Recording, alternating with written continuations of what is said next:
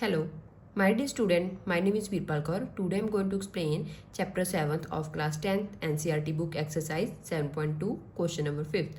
Find the ratio in which the line segment joining A and B is divided by the x-axis. Also find the coordinates of the point of division.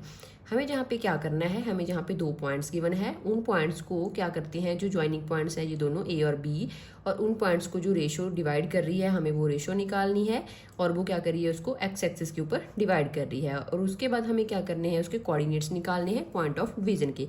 सबसे पहले हमें जहाँ पे ए point given है 1, -5 और be given है -4, 5।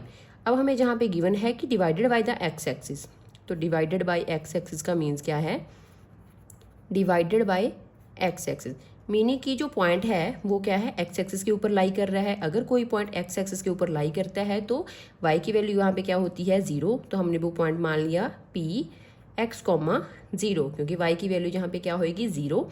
Next हमने क्या कर लिया, इनकी रेशो निकालनी है हमें, वो रेशो हमने लेट कर ली, let the ratio be K/1 means के m1 की वैल्यू क्या है k है और m2 की वैल्यू क्या है 1 है। हम क्या करेंगे, सेक्शन फॉर्मूला में वैल्यूज पुट करेंगे x, y और जहाँ पे रेशो निकालेंगे, तो रेशो का फॉर्मूला जहाँ पे m1x2 plus m2x1 upon sum of the ratio. Next है m1y2 m2y1 upon sum of the ratio m1 plus m2। Pxy हमारे पास इसकी वैल्यू है, y की वैल्यू 0 है, तो जहाँ पे हम पुट कर देंगे x, 0 और m1 की वैल्यू हमने के ली है, और x2 की वैल्यू जहाँ पे -4 है, -4 और m2 की वैल्यू क्या है 1 है, और x1 की वैल्यू जहाँ पे 1 है, अपॉन में सम ऑफ द रेशो। नेक्स्ट हम वैल्यू पुट करेंगे k, और y2 की वैल्यू जहाँ पे क्या है 5 + 1 और -5 upon sum of the ratio. इनको सॉल्व कर लेंगे, ये आ जाएगा -4k + 1 अपॉन k + 1, और जहाँ पे आ जाएगा 5k -5 upon k + 1।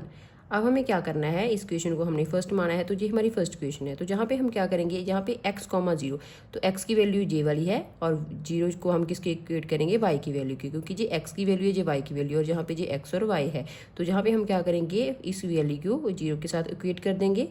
5k -5 upon k + 1 = 0। जहाँ पे हमारे पास k की वैल्यू आएगी, k + 1 को इस साइड लेके आ जाएंगे, तो वो क्या हो जाएगा, पूरे का पूरा 0 हो जाएगा। तो हमारा जहाँ पे इक्वेशन आएगी 5k -5 = 0, देन 5k 5 उस साइड जाके पॉजिटिव, देन k की वैल्यू आ गई 1। तो जहाँ पे k की वैल्यू आई है 1, तो k/1 क्या आ गया 1/1, तो k/1 की वैल्यू कितनी आई है 1/1, मतलब m1 m2 कितना आ गया हमारा 1/1। ये हमें फर्स्ट में निकालना था। सेकंड हमें निकालना है find the coordinates of the point of division.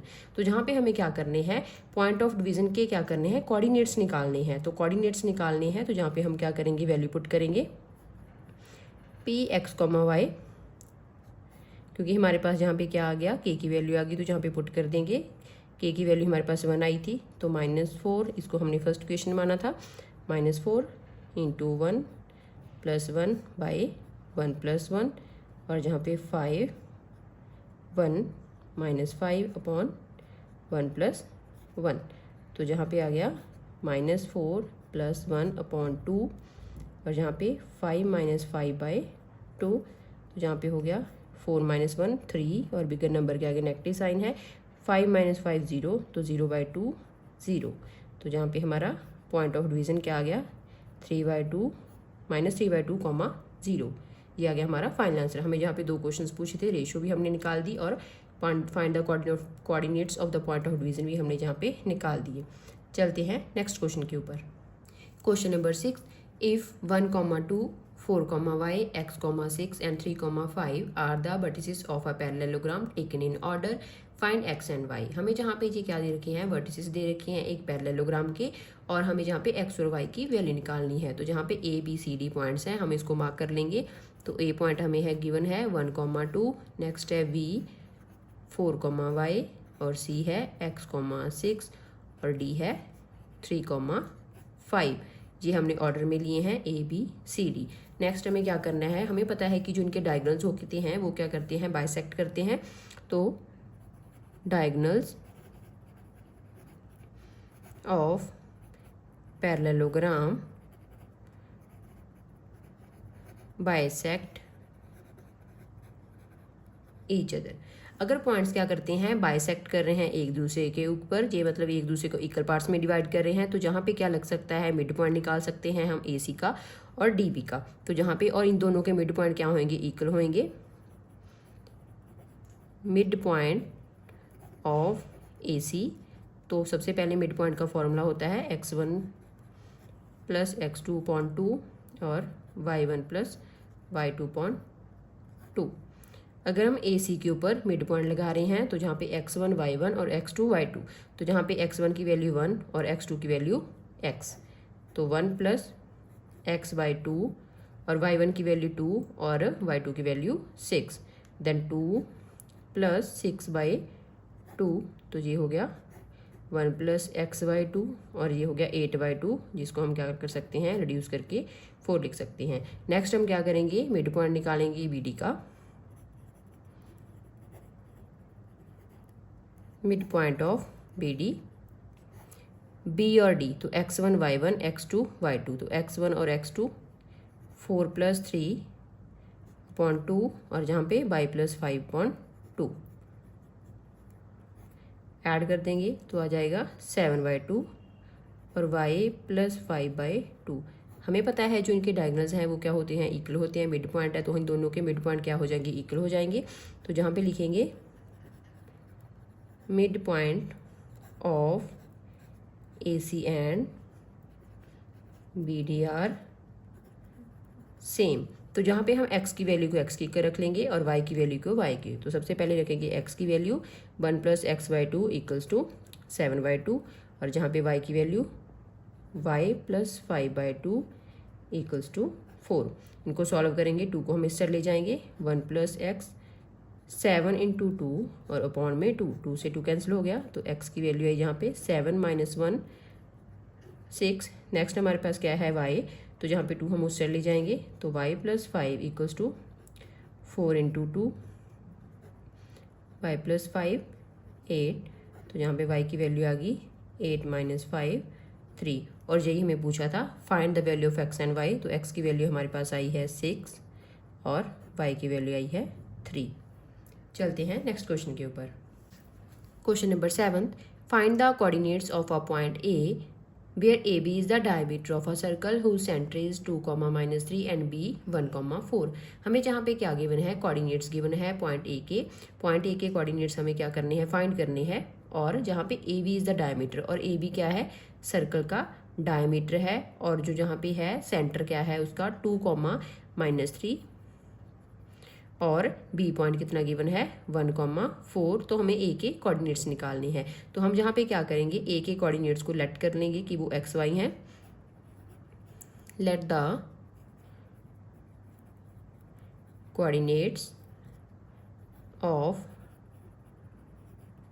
Point AB x, y, तो हम इनको लेंगे A के पॉइंट्स x, y आगे।